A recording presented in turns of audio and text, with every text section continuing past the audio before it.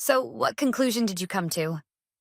Grace, who was sitting comfortably on the living room sofa, spoke while jerking her chin toward the waiver of inheritance agreement placed on the table. Behind her, three attorneys stood like a wall. This was supposed to be my house, and yet it felt as if I had been summoned to her office. For the past 3 weeks since our grandmother passed away, Grace's relentless messages had been like a storm. Phone calls, emails, and even intimidating certified mail from her attorneys. All of them repeated the same words. You are adopted. Give up the entire inheritance. And when I finally responded that I was willing to talk that day, Grace became fully convinced of her victory. She believed I had yielded to her pressure and had called her to negotiate the terms of the transfer of assets. That was why she brought three attorneys with her without hesitation. She continued, I expect you to make a wise decision, Maya. The law values blood ties above all. The $1.2 million Grandma left obviously belongs to me. I looked quietly at her confident face and slowly opened my mouth. Yes, just as you said, I have reached a conclusion. That's why I called you here. I stood up and walked toward the bedroom door at the back of the living room. Before I tell you my conclusion, let me introduce my representatives.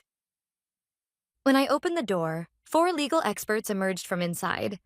Led by my chief attorney, Mr. Clark, they stepped forward and stood firmly in front of Grace's legal team. The confident smile vanished from Grace's face in an instant. She finally realized she had walked straight into a trap. Where we were was not a place of surrender. It was a place of judgment. Grace's attorneys were visibly shaken by the unexpected reinforcement. My representative, Clark, stepped forward before they had a chance to regain their posture. My name is Clark. I am Miss Maya's chief attorney. All the documents you have sent over the past 3 weeks have been reviewed on our end. Clark's voice carried no unnecessary emotion, functioning solely as a tool to convey facts. The lead attorney on Grace's side opened his mouth, trying to maintain his professional dignity. Mr. Clark, then this will be quick. We are here to enforce the rightful claim regarding the estate of Madame Zoe. Due to blood relations? That argument is meaningless. Clark cut him off coldly. Because the information you are relying on is entirely incorrect. He operated the tablet in his hand and transferred the data to the wall-mounted monitor in the living room. On the screen appeared an official contract stamped by an international notary. The domestic assets of $1.2 million you have been focused on do indeed exist. However, Clark slowly looked around the room before continuing. That amount accounts for less than 8% of the total assets owned by Madame Zoe. What did you just say? Grace's voice trembled faintly. Grace's attorneys were desperately tracing the text of the legal documents displayed on the monitor, their expressions filled with disbelief. Clark continued, The true estate of Madame Zoe consists of an international real estate portfolio spanning multiple countries and offshore trust funds. Its total market value currently exceeds $15 million. The weight of the documents displayed on the monitor and the numbers Clark had spoken dominated the room. Grace and her attorneys stood in stunned silence. They finally understood how small and misguided the battle they had initiated truly was. A heavy silence ruled the living room. The figure of $15 million echoed through the room with an almost unreal sound. The first to regain composure was the lead attorney on Grace's side. He attempted to search for any possible counterattack, driven by his professional pride. Very well, assuming such overseas assets indeed exist. Even so, the legal essence remains unchanged. Those assets are also part of Madame Zoe's estate. Therefore, as a blood relative, Miss Grace has the rightful claim to... That is completely incorrect. Clark's voice was as cold as ice. His words halted the attorney's rebuttal. I will repeat myself. Your claims are fundamentally wrong because those assets are no longer part of any estate. Clark operated his tablet again, switching the display on the monitor. What appeared next were transfer contracts, trust establishment documents, corporate registration records. Every one of them bore the clear signature of Grandma. Starting 3 years before her death, Madame Zoe began legally and systematically transferring these assets directly to Miss Maya. Through international trusts and multiple corporate entities, she ensured everything was executed flawlessly. Legally speaking, by the time she passed away, the assets valued at $15 million were no longer her property. They belonged entirely to Miss Maya. Therefore, they are not subject to inheritance at all. It was the statement that signaled the decisive end of this legal drama. The color drained from the faces of Grace's attorneys. The one weapon they believed they held, the law of blood relations, had been utterly irrelevant. All transactions had already been completed in a realm far beyond its reach. No, that can't be. Grace's voice trembled.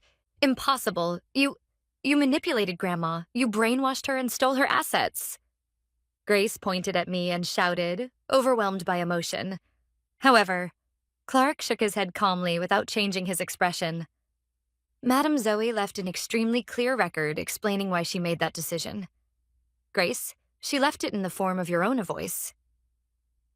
The moment Clark spoke those words, Grace's expression froze. Her instincts seemed to sense what was about to happen. Clark operated the tablet in his hand and played an audio recording through the living room speakers. It was unmistakably Grace's voice. A frivolous tone, speaking with a friend over the phone. It's the worst. I asked Grandma for a new bag and she started talking about health. I don't have time for that. If she would just hand over her card, it would all be done. Her friend's laughter could be heard on the other end. Grace stared at the speaker as if doubting her own ears. Her attorneys exchanged uneasy glances. The audio continued. She's basically a walking ATM, so I want her to at least fulfill that function. The room grew even colder at the shock of her words. One of Grace's attorneys hurried to raise an objection. Please wait. A recording obtained without consent cannot be used as legal. Consent was obtained. Clark countered immediately. Madame Zoe began recording all conversations in her home years ago to document important decisions regarding her medical care and financial matters. This was done legally under the advice of her attorney. All visitors were notified of the recording system in writing. Without pausing, he played the next audio clip. Maya? Oh, she's still desperately trying to win Grandma's favor. It's hilarious. Talking about boring economics and all that. Well, she's adopted, so that's the only way she can try to be liked. But I'm different. I'm the real granddaughter. I have the right to be loved without doing anything. Grace's own voice exposed her insults toward her sister and her baseless sense of entitlement tied to blood relation. Her face was flushed with anger and humiliation. Stop it! Stop that right now! But the merciless presentation of evidence was not finished. Ignoring Grace's cries, Clark played a third audio file. It was the final piece of evidence revealing her true nature. From the speakers, Grace's voice flowed once again, this time mixed with clear frustration and irritation as she spoke to her friend. She won't pay for my trip to Europe. Can you believe that? She's old and she must have plenty of inheritance. Honestly, I wish she'd stop keeping me waiting. It's messing up my life plan. Her friend tried to calm her, but Grace only became more agitated. Because it doesn't make sense. Grandma has been way too soft on Maya lately. She's just an outsider playing pretend family. How can a bloodless adopted stranger be prioritized over me, her real granddaughter? It's completely wrong. Her words sliced through the room like a blade. Grace's true feelings, how deeply she looked down on me and how she viewed our grandmother, were exposed to everyone. Her attorneys no longer had the will to argue. They simply stared at the floor, ashamed of their client's lack of dignity. Grace, her face completely pale, shouted in a trembling voice, "This is wrong. It's malicious editing, a trap to frame me." At that moment, I finally opened my mouth for the first time, after remaining silent until now. Why did you never say a single word of concern for Grandma's health, Grace? My voice was quieter and colder than I expected. Why did every conversation start with you demanding money? Why was there never a single thank you? Grandma waited for it. Before you claimed your rights through blood, she waited for you to show her affection as family. Clark prepared the final audio file, as if to support my words. It was a recording of my own voice. When Clark pressed play, what flowed from the speakers was my gentle voice, filled with genuine care. It was recorded a few weeks ago during a phone call between me and Grandma. Grandma, how are you feeling? I'll drive you to your checkup next week. I worry about you going alone. After that, let's have something good to eat. I'll make a reservation at that Italian restaurant you like. On the other end, Grandma's delighted voice could be heard saying, "Thank you, Maya. Don't worry about it. And about the investment advice you gave me recently? Thank you so much. Thanks to you, I was able to avoid a big problem. You really are the best business partner." Finally, I added, "All right, I'll call you again soon. It's getting cold all of a sudden, so keep warm. And please don't push yourself. She responded with clear relief in her voice, and the recording ended. It was just an ordinary daily conversation, but within it were things entirely absent from Grace's recordings: respect, gratitude, and affection given without expectation of return. Not a single demand for money. Clark stopped the speaker and looked around the silent room. Madame Zoe kept all of these records: 187 recordings of Grace's monetary demands made over the past 3 years, and countless recordings of Miss Maya's gratitude and concern. There is no longer any question about whom she deemed worthy of entrusting her estate. With that, he turned his gaze toward the lead attorney on Grace's side. Counselors, your arguments have been completely refuted by the evidence. If you choose to remain here any longer, we will formally file lawsuits for defamation and attempted coercion against both you and your client. Clark's ultimatum crushed the fighting spirit of Grace's legal team completely. The lead attorney cast a single glance at Grace. In his eyes, there was no longer any sense of duty as her defender, only contempt. He turned back to Clark and said, "We concede completely. We can no longer act as Miss Grace's representatives in this matter. We shall withdraw immediately." At those words, Grace let out a piercing scream. "What are you talking about? This isn't over. Fight! I paid you a fortune for this." "It is no longer possible, Miss Grace." The attorney's voice rang out rough and unrestrained for the first time. "We can only represent legally justified claims. Your actions can only be described as pure greed. Did you even listen to your own recorded voice? If that is played in court, it will damage our careers as attorneys." One of his colleagues had already begun stuffing documents into his bag. "He's right. Ethically, no lawyer can take on a case like this. I'm out." "You traitors. All of you, how dare you betray me?" Grace's furious screams echoed, but none of them looked back at her now. The lead attorney delivered his final, icy words. "Let me give you some advice. As long as this evidence exists, no reputable legal professional in this country will represent you. Your claims contain neither legitimacy nor any shred of sympathy. Our contract is hereby terminated, effective immediately." With that, they all turned on their heels at once and headed for the front door. As though fleeing from something filthy, they rushed to escape the house as quickly as possible. Grace could do nothing but hurl meaningless curses at their retreating backs. Bang! The door shut mercilessly, and Grace was left completely alone in the living room, with no allies remaining. Legally and socially, every shield that might have protected her had fallen away. She was no longer a warrior burning with anger, but a pitiful, defeated soldier battered by the storm. A sight that faintly reminded me of myself when I first came into this home, and a small ache tugged at my chest. Clark, however, did not spare her even a glance as he delivered the final blow. "Ah, one more thing. There is an important fact we must inform you of, Miss Grace." At his words, Grace jerked her head up. What more could there possibly be? Madame Zoe left exactly one legal action regarding you: a filed request for a restraining order against you. Of course, its legal effect expired upon her death, but the reason for the request remains permanently on record as a matter of public court documentation. Clark turned the tablet screen toward Grace. There, displayed on the screen, was an official document submitted to the court. Reason for filing: persistent and psychologically distressing monetary demands made by the granddaughter Grace, along with numerous self-centered behaviors that threaten the physical and emotional well-being of the elderly grandmother. Naturally, the previously mentioned audio recordings were attached as supporting evidence. It was a legal brand marking the fact that Grace's very presence had been a threat to her grandmother. Grace's knees buckled. She dropped to her hands on the floor, barely preventing herself from collapsing entirely. "No, Grandma. She was against me." She fully anticipated that after her death, you would circle around Miss Maya and cause harm in the manner we witnessed today. This record exists to serve as powerful evidence that you are a potential threat to Miss Maya should you ever attempt any unjust action against her. Do you understand?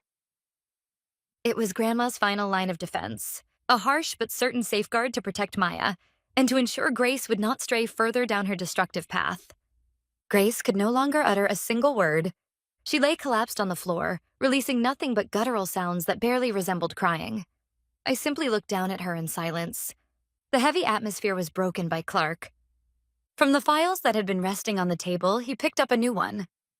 Even the faintest hint of pity had vanished from his expression. Miss Grace, we are not finished yet. At Clark's calm voice, Grace's shoulders jerked violently. You may be thinking, I lost the inheritance, but I still have my career as an influencer.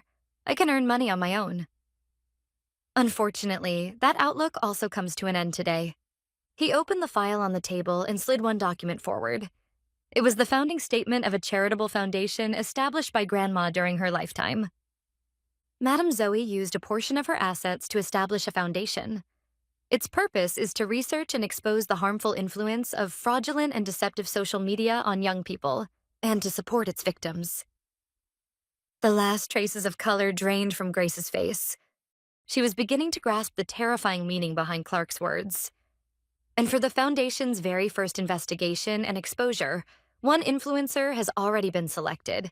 An individual who publicly flaunted a glamorous life and loving family online, while secretly draining money from her elderly grandmother and inflicting psychological harm. You know who that is, don't you? Clark placed side by side a screenshot of Grace's social media posts and the recorded conversations of her monetary demands toward her grandmother. We are prepared to present this evidence to all your sponsor companies and to the FTC as proof that you promoted a fraudulent lifestyle and deceived consumers. Should that occur, you will lose your career, your income sources, and your social credibility entirely. Even the $1.2 million you expected from your grandmother may vanish instantly in the face of claims for damages from your sponsors. It was nothing short of a death sentence. It was a cold declaration that stripped away her past, her present, and even her future. Grace no longer had the will to resist, nor even the strength to scream. Her career, her identity itself, collapsed before her eyes with a deafening silence. She stared blankly at a single spot on the floor. Clark looked down at her coolly, then turned on the large monitor in the living room. And now this is truly the final piece. The last testimony Madame Zoe left behind, both for you and for the court. The screen displayed the image of Grandma lying in a hospital bed just a few weeks before her death. Her face was worn by illness, yet her eyes still held a firm, unwavering will. The date stamp showed it was recorded only 3 days before her passing. She looked toward the camera and began speaking in a frail but unmistakably clear voice. I am recording this video as a supplement to my will. I wish to state, with my own words, why I have chosen to entrust the majority of my assets to my granddaughter Maya, with whom I share no blood, and why I have chosen to leave only a small portion to my biological granddaughter Grace. Grandma took a deep breath. Grace, I loved you. When you were born, I felt as if I were ascending to heaven. But somewhere along the way, you stopped seeing me as your grandmother and began seeing me only as a convenient source of money.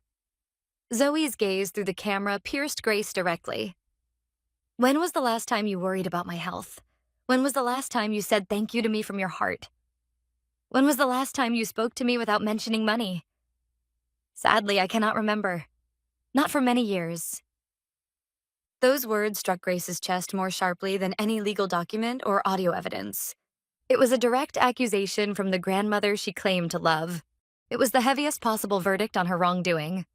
That is why I made my decision. Leaving you an inheritance would only further corrupt you and lead you to ruin. This is not punishment.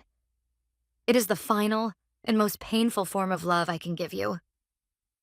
A single tear traced down Grandma's cheek in the video. When the message ended, the living room fell into a silence as heavy as a grave. The tear on the monitor would surely become an eternal mark burned into Grace's heart. I slowly approached the hollow, broken Grace. Then I began to speak softly of a story she had never known, one shared only between Grandma and me. Do you remember the day I was brought into this home when I was 8? You kept asking our parents, why does that girl have a different last name? I felt like I wasn't anyone at all. I was terrified and cried in the corner of my room. Grace's shoulders trembled faintly.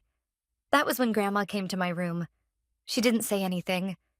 She just sat beside me and stroked my back until I stopped crying, for hours. And when I finally looked up, she said, blood is just red water. Family is made right here. And she tapped gently over her heart. I placed my hand softly over my own chest. From that moment on, she taught me how vast the world is. About finance, about history, and that wealth must be carried with responsibility. She didn't leave me her money. She entrusted me with the legacy of her entire life. She chose me not because of blood, but because of the bond of hearts. I looked directly into Grace's eyes and spoke clearly. When you were begging Grandma for money, I was receiving her wisdom and her love. When you were asking for designer goods to decorate yourself on social media, I was learning the knowledge needed to protect and grow her assets. What you lost was not the inheritance, Grace. You were born into this house, but you chose to throw away the chance to become Grandma's family in the true sense. It was the story of another inheritance, one Grace could never obtain. A story about the real treasure her own greed had blinded her from seeing or hearing. The moment I finished speaking, a sound escaped Grace's lips, a wordless scream of despair, the first she had let out. It was not a cry over losing the inheritance. It was the death rattle of someone who had finally realized, down to the marrow of her bones, how foolish and empty her life had been. The last fortress of her heart had been utterly destroyed. As if her scream were a signal, Clark quietly gave me a nod and left the room without a sound, together with his team. This, too, was the final page of the script Grandma had written. The ending of the sisters' story was to be faced by the two of us alone. Soon, only Grace collapsed on the floor, and I remained in the living room. She no longer had the will to cry or scream. She only stared into the void. I picked up the final envelope from the table and placed it gently before her. Read it. It's Grandma's last letter to you. Grace, like a soulless doll, slowly reached out, broke the seal, and opened it. Written upon the stationery was the familiar, elegant, yet steel-strong handwriting of our grandmother. To my dear Grace, if you are reading this letter, then you must be facing the natural consequences of your own actions.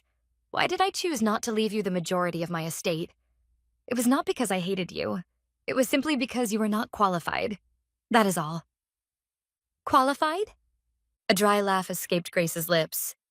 A dead woman acting so superior. Muttering curses under her breath, she continued reading the letter. Wealth is a mirror that reflects a person's true nature, and your mirror showed nothing but greed, selfishness, and a lack of respect. If I were to give you immense wealth, that mirror would only destroy you. I could not allow what I built over my lifetime to be squandered for your vanity. The domestic assets you will receive are not an opportunity. They are the final measure of your character. Whether you choose to spend that money to decorate yourself again, or choose a path where you stand on your own feet, your true nature will be revealed in how you use it. What is that supposed to mean? Grace muttered it like a child being lectured, her voice full of irritation. In her mind, Grandma's words did not sound like truth, but merely cruelty. Destroy me? No, you destroyed me. The letter ended with words stripped of all mercy. Greed can never qualify someone for inheritance.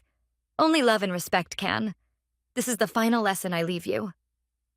After finishing the letter, Grace crushed it in her hand with an audible crack. When she raised her face again, what escaped her lips was not a sob. Why, it was not the cry of someone lamenting her mistakes.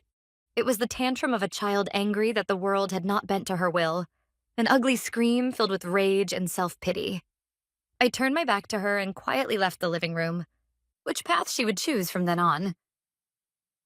The answer was already obvious. I closed the door, leaving Grace alone with her hatred and the final truth her grandmother had thrust before her. 2 years passed after that day. With the assets entrusted to me by Grandma, I established a foundation dedicated to education and sustainable technologies, carrying on her legacy. It was the embodiment of her teaching. Wealth is not only to be protected and grown, but used for the future. And Grace, what became of her? I found out through the whispers carried on by the wind. She never understood Grandma's final advice. She saw the remaining $1.2 million not as a last chance, but as war funds to reclaim what she believed had been stolen from her. She poured every cent into shady international lawyers and filed 3 hopeless lawsuits across 3 different countries. The result was predictable. The legal fees devoured her resources in an instant, leaving her with nothing but crushing debt. Recently, a tiny article appeared on the corner of a gossip website. Grace, once a popular influencer, had gone bankrupt and is now living in a small, cheap apartment, working customer support for an online store. A faceless, nameless job. The very kind of life she had always looked down upon. I closed the article quietly and looked up at the sky outside my window. The true inheritance from Grandma was never the $15 million. It was the responsibility for the future she entrusted to me and the inevitable conclusion that Grace demonstrated with her own life. There was not a single flaw in Grandma's plan. Everything took place perfectly, even 2 years later.